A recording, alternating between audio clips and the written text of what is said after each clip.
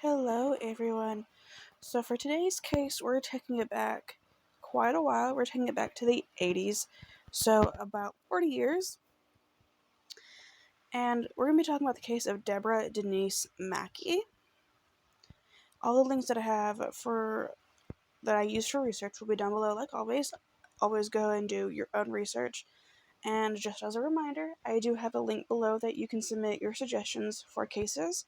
So if there's anything specifically you want me to talk about, just submit it there. There's like 3 or 4 questions you just need to fill out.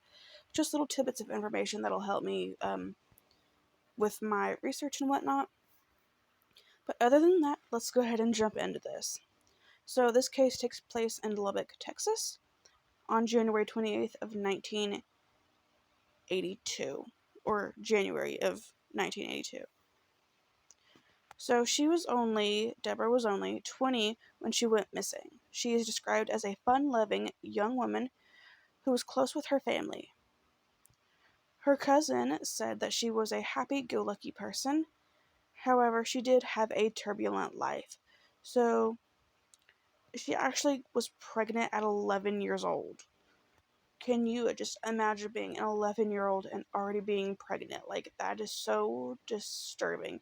And obviously that was not her choice. Like, I cannot imagine being just touched that way, that young. Oh my god. When I read that, my heart broke for her. And because of this, she was married to a much older man before she was even 15. Can you imagine that? You're 11 years old. You're not even a teenager. You're not even a tween. And you're already pregnant because of this sick bastard, this older bastard who you have to marry. Oh my god, I can't even imagine it. That is so heartbreaking. So, when she went missing, her daughter was in elementary school. She was last seen at 2 a.m. leaving a New Year's Eve party near the 1700 block of Avenue E. She had went outside to get into a car, but then came back inside to tell her family that something crazy had happened.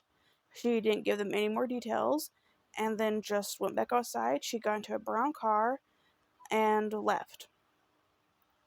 And that was the last time that she was seen. 5 days later, she would be reported missing.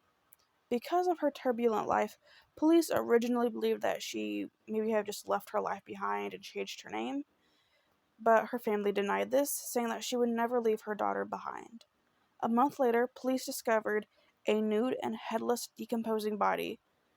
And she was a Jane Doe with no identification on her.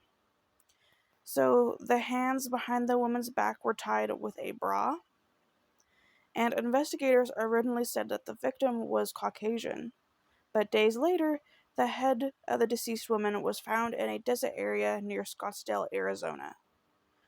So, for years, it was a cold case until 2015, when Texas Rangers would exhume the body.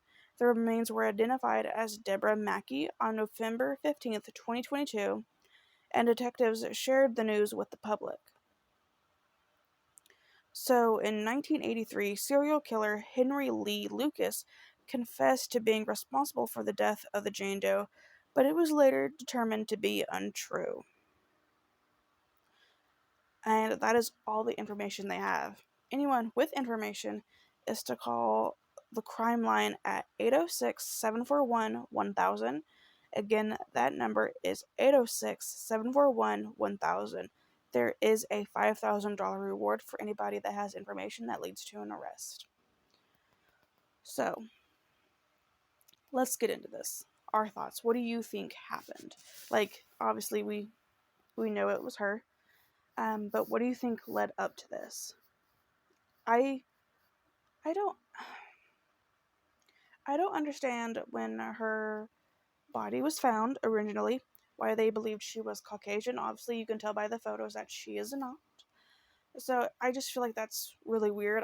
Obviously, we don't know how decomposed her body was. But another thing that's weird is that she is from Texas. This happened in Lubbock, Texas, and her head was found in a desert area near Scottsdale, Arizona.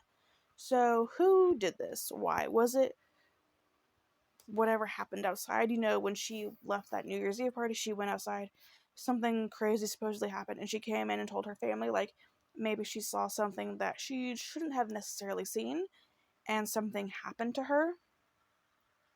And maybe whoever didn't want her seeing this took her life. That could be a possibility, or it could be. I honestly don't know. I don't know how her relationship was with her husband, um, the one that she was forced to marry. I don't know if they had a good life. Obviously, she was molested and groomed because an 11-year-old cannot consent. Um, so, I mean, maybe it could have something to do with him. I was never able to find his name or anything about him.